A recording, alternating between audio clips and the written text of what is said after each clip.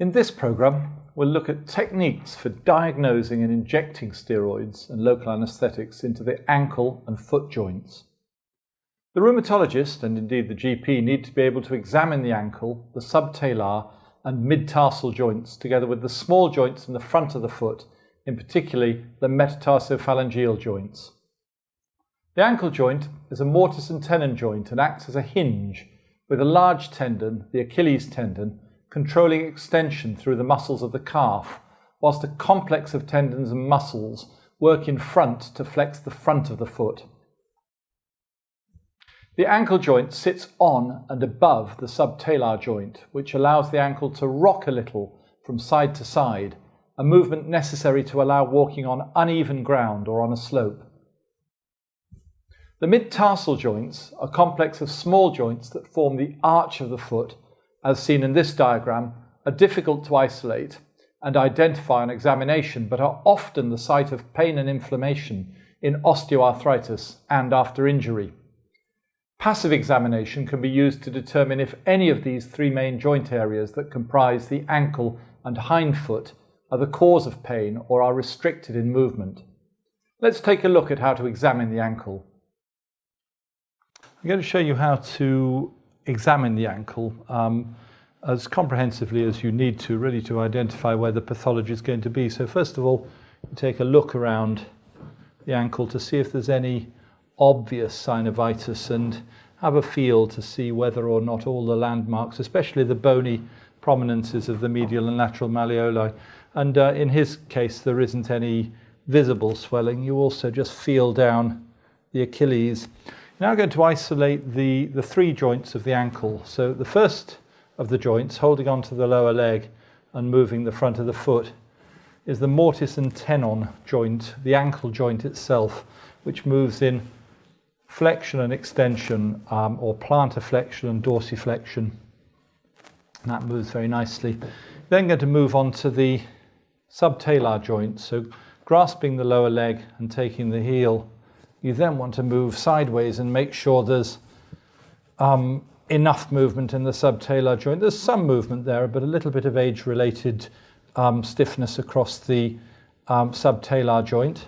And then finally the mid-tarsal joint. So grasping the ankle and the forefoot, you can move that mid-tarsal joint, and this complex series of joints will tell you whether it's moving. And the mid-tarsal joint actually moves better than the subtalar joint.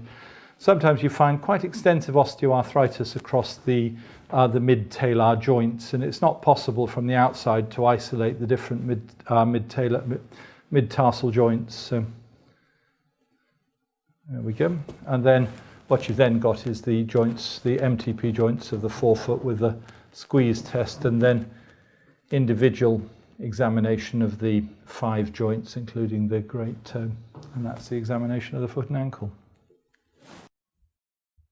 The ankle joint may be swollen if there is synovitis, either acutely with an inflammatory arthritis of any sort, or more chronically. There are a number of causes of ankle synovitis, as seen on this slide. It's always important to distinguish synovial swelling of the ankle itself from an edema of the lower limb caused by fluid retention and right ventricular failure. With synovitis of the ankle, there is little or no pitting, and swelling is usually as bad in the morning as it is in the evening. Sometimes, however, both joint synovitis and ankle edema coexist. Subtalar and mid-tarsal joint steroid injection can be useful in settling foot inflammation and relieving the symptoms of pain and stiffness. Hindfoot and midfoot injections, other than those into the ankle, are normally performed with radiological imaging using either X-rays or ultrasound, as the subtalar and mid-tarsal joints are hard to identify through the skin by palpation. However, injection of the ankle joint itself is usually performed in an outpatient clinic setting. With the patient lying on a couch, the ankle is approached anteriorly and the injection site is marked. This can be just above the medial side of the joint, just above the talus, anterior to the medial malleolus and just medial to the tibialis anterior. Alternatively, you can inject laterally as shown here, just medial to the lateral malleolus and over the joint line. I favour the lateral approach and always infiltrate local anaesthetic down to the joint capsule, as I find patients prefer more than just ethyl chloride spray when they're having their ankle joint injected. I'll now show you how to do this on our patient. Injection of the ankle. There are a number of sites that you can get into the ankle joint, all the way from the medial malleolus right the way across to the lateral malleolus, and I in fact tend to prefer the lateral approach, partly because it's easier to get at and partly because I'm used to it and don't find it too difficult to get into the ankle. So first of all, identify with your examining finger or thumb where the actual ankle joint is and also where the medial malleolus is. So the way I do it is to draw around the area of the medial malleolus and then down onto the natural joint line, which is around there, and that's going to be the area here where I'm going to put the injection. I'm going to go down almost towards the bottom of the medial malleolus from the lateral malleolus. Some people use a lignocaine infiltration first with an orange or blue needle. It all depends really on the nature of the patient. On this occasion I'm going to use ethyl chloride spray and a blue needle. So using some Unicept, I'll clean all the way across the area of the ankle, and you can see that the markers don't change, and you can see where you don't want to touch it again. You can see where you've originally marked, and then using quite a liberal dose of ethyl chloride and also avoiding any obvious superficial veins over the foot, especially if people have mild varicosities, because otherwise you get a nasty bruise. And using, on this occasion, depamedrone, 80 milligrams, plus 2 mils of 2% lignocaine to give it a little bit of volume.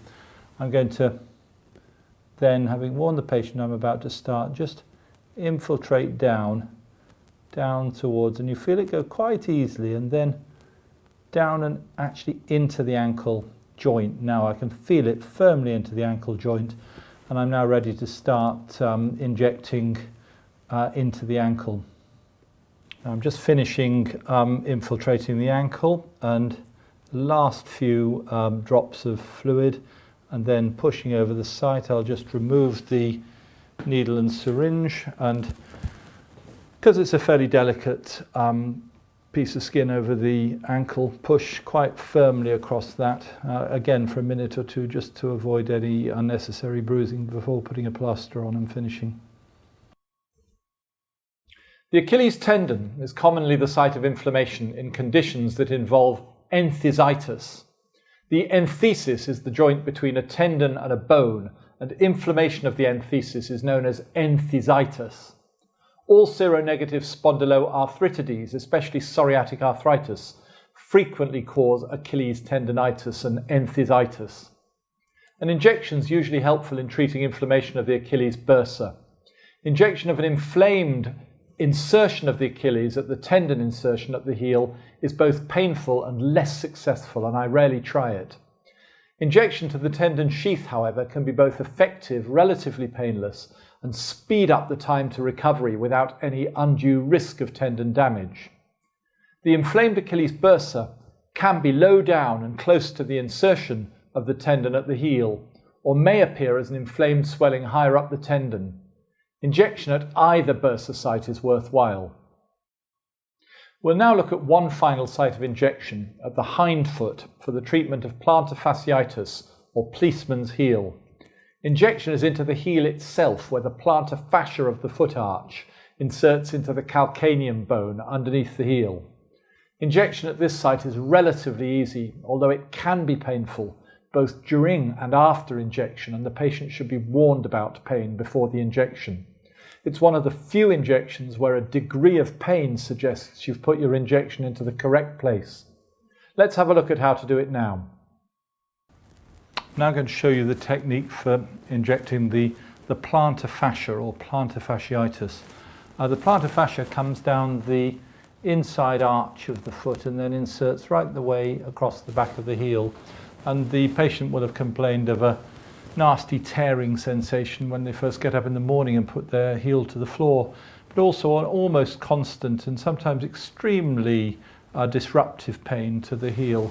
And just crouching down, it's important before injecting to find out where the actual main site of tenderness is. So what you have to do is, sometimes even using a knuckle, but using your thumb or finger, press into there until, by looking at the patient's face and also hearing them report on it, is that the most painful part, just there? We'll then put a marker across the bottom of the foot. Now, I've already warned the patient that this is going to be an uncomfortable injection, and it's one of the few injections that is genuinely uncomfortable, and has to be, because the needle goes right down onto the periosteum of the heel, and the patient feels like they want to move the foot away, but this patient's been very well briefed. So using some Unicept to clean up the whole area and get a nice non-touch clean area, I'm then going to use the ethyl chloride spray and give the heel a really good spray on this occasion for 5 or 10 seconds, which he doesn't feel like he'll appreciate, but I'm sure he will when I come to doing the injection. And using a blue needle and a syringe with hydrocortisone acetate, 50 milligrams, and 2 or 3 mils of local anesthetic, I'm going to infiltrate right down onto deep down onto the periosteum, right there. So I'm almost pushing with the needle now and starting to infiltrate across the areas. And I'm just coming now to the end of that injection, and the whole of that heel periosteum is infiltrated with local anesthetic and steroid. And I'll bring the needle out and then push hard on the heel again to try and avoid any unnecessary bruising. And then after a minute or two of doing that and telling the patient they can start breathing again, I then put a plaster on the heel and the sock back on. I'm now going to show you how to inject the Achilles bursa, or the peritendinous region of the Achilles. The Achilles inserts down at the heel and runs up and into the calf, and quite often in an Achilles bursitis you can actually feel an area of swelling which allows you to mark the area to inject. In this case it's a tenderness which we've decided is actually most prominent there. Now usually there's a side that you decide to inject from, whether laterally or medially, and in this instance we're going to go laterally. So we mark just behind the body of the Achilles tendon in order to not go into or near the Achilles tendon, and it's going to infiltrate around the back of the area. There's no evidence that injection around the Achilles tendon has any degenerative effect on the tendon, and in fact it seems that tendon rupture is more predisposed by systemic steroids than it is by injectables. So what we do is clean the area around the mark, and then using either a mil of hydrocortisone acetate, 25 milligrams, and a mil of lignocaine, or slightly higher volumes, use the ethyl chloride to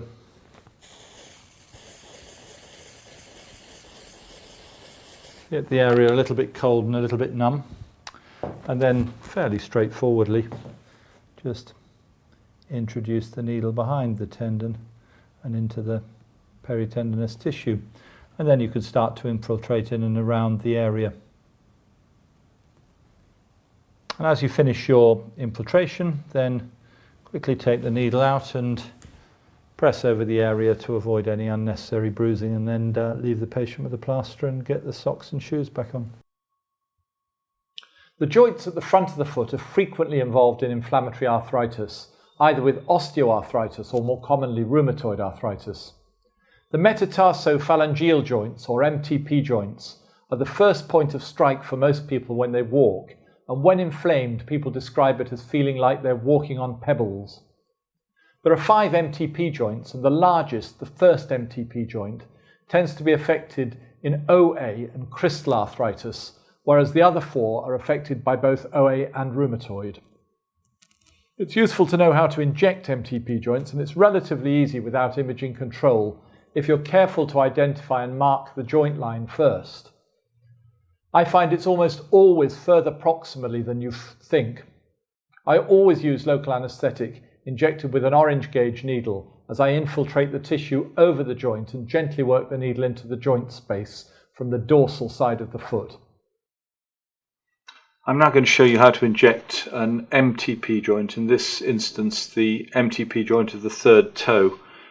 Here's the third toe, and the MTP joint is just down there somewhere, always slightly further proximal than you think, so you can get a feel for the joint by wiggling the toe, and that gives you the joint margin just at the end of my finger, and I'll mark just alongside the tendon, the extensor tendon. So I'm going to inject along the side of it so I don't go through the tendon and make it uncomfortable or damage the tendon.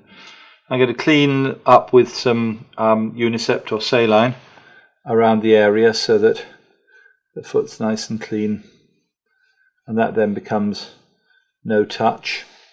I'm then going to spray with ethyl chloride, and the way that the injection's done is we use hydrocortisone acetate because this is a small joint and don't want a depot preparation which may cause tissue difficulty around the joint. And I'm going to mix a little bit of the hydrocortisone, 25 milligrams of hydrocortisone acetate with 1 ml of 2% lignocaine. But first of all, I'm going to use an orange needle and lignocaine to infiltrate down to the joint line, and then change the needle, change the syringe on the needle. So now alongside, over the joint line and alongside the tendon sheath, I'm going to start to infiltrate around that area now with local anaesthetic, so that if it is a difficult injection, it won't be painful. And I'm now coming down to the joint line, and I can just feel it go into the joint there. So that's a nice easy injection. It's into the joint, and I haven't used very much local anaesthetic, so I'll change the syringe there. So we've got the syringe with the hydrocortisone in, and now that I'm still in the joint, I can then start to get a free flow of the fluid through, and I'll infiltrate in until we've almost completely emptied the syringe. And there we are, all finished. I'll remove the